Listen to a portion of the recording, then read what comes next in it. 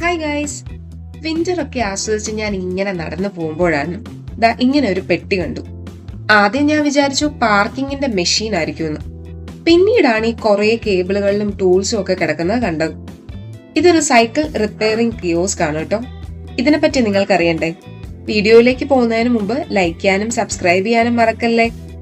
ജർമ്മനിയിലെ പ്രധാന നഗരങ്ങളിലും സൈക്കിൾ പാതകളിലും യാത്രക്കാർക്കായി സൈക്കിൾ സർവീസ് സ്റ്റേഷനുകൾ സ്ഥാപിച്ചിട്ടുണ്ട്.